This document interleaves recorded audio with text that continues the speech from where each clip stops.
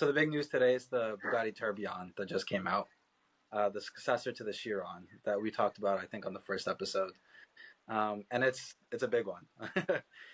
It's the first car to be released under the Rimac Bugatti partnership that just came about, and they replaced the W16, and which was in the Veyron and the Chiron, and now it's a naturally aspirated V16 built in cooperation with Cosworth. So they released a clip of the soundbite right before its release, and it sounds ridiculous. It revs to about 9,000 RPM, and there's no other noise like it, and it's really great to see them going a more emotional route, let's say, than the Chiron. With electrical cars nowadays, speed is almost irrelevant. You can get so fast with electric cars that a gasoline engine is now more for about the emotion and purity of it. So I'm glad that they stuck with that. And Rimac brought their technical know-how with their hybrid system. It's going to be a hybrid with 3 motors and a 25 kilowatt hour battery. All in all, it's going to produce about 1,800 horsepower. I think it's 1,775 to be exact. 986 from the engine and the rest from the electrical power. What are your thoughts about this car? Yeah, I really like it. It's not per se focused on performance in the same way that other cars that I like are, although obviously the horsepower numbers are insane. But I want to call out a quote that really, I think, speaks to why this car is so great. And it was a quote from Frank Hale, who was the director of design at Bugatti Rimac. And he said, "We're trapped in the technology of our time. So how do we make a car relevant at a concourse in 2075 without looking silly in a time that we will have holographic displays or augmented reality contact lenses? Give the entire interior an analog way that you can interact with it."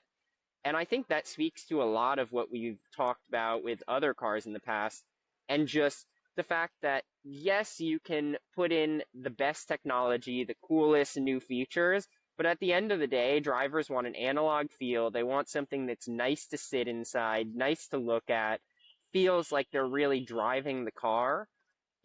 When VW Group essentially gave Mate Rimac the Bugatti brand, they kind of expected him to just drop a Bugatti body on top of the Rimac Nevera and call it a day, make Bugatti a full electric band. But Rimac said, no, instead we are going to be the first brand to put out a V16 since like Cadillac in the 30s.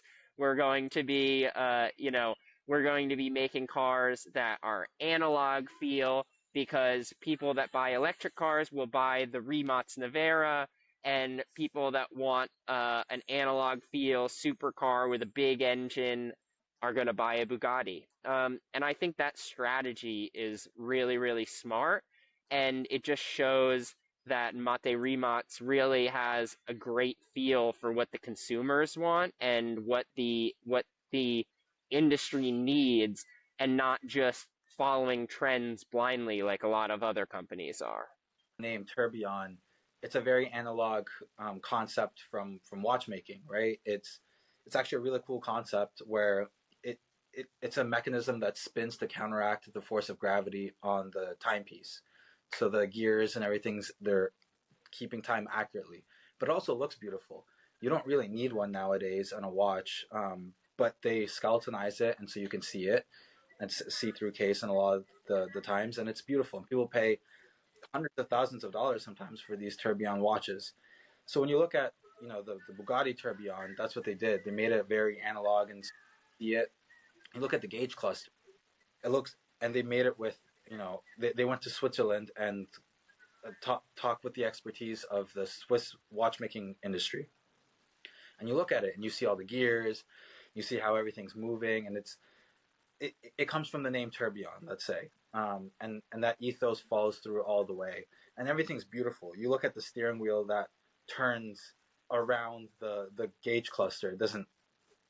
The steering column and everything stays in the center, while the steering wheel actually moves around it, and it's a beautiful piece of technology. And then you look at it has a screen, but it pops in and out so you don't see it, and it's only used for when you need it. And they only had it for legislation purposes for rear view cameras and navigation and that type of stuff. But you don't see it most of the time. It comes out from the dash, so it's a very it's almost like a piece of jewelry, the car, and that's why I really enjoy it. And even the design ethos of the car and the exterior is just an evolution of the Chiron. They made it a lot more taut, a lot. It's shorter by quite a bit. It's longer. It's a little bit wider, and the wheelbase is slightly longer, not much. When you count a V16 that's going to be longer than W16, that's quite a bit of engineering. So I think they did a great job with the car. I'm excited to see reviews of it when journalists finally get their hands on it. But um, I, it's shaping up to be a car that I like more than the Chiron, let's say. Yeah, yeah, absolutely. And it's also worthy of noting that it's going to be lighter than the Chiron as well, which is great. Since they're adding electrical systems, it's still going to be a lighter car. Um, there are three electric motors, two at the front axle, one at the back axle.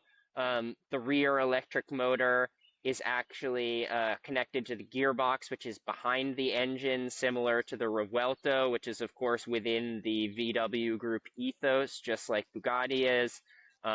So I think that kind of is a bit of a hint for what's going to come with these brands and kind of the format they're going to use to make these semi-hybrid supercars that still allow us to have super powerful engines. They're going to be building 250 of this car, and they're going to be releasing it to previous Bugatti owners, similar to how Ferrari manages their top end sales. So I think it's going to be really interesting. Can't wait to see one in person, as you said. Yeah, Um, let me just quickly yeah. run off some of its performance because they're still crazy. It's a Bugatti.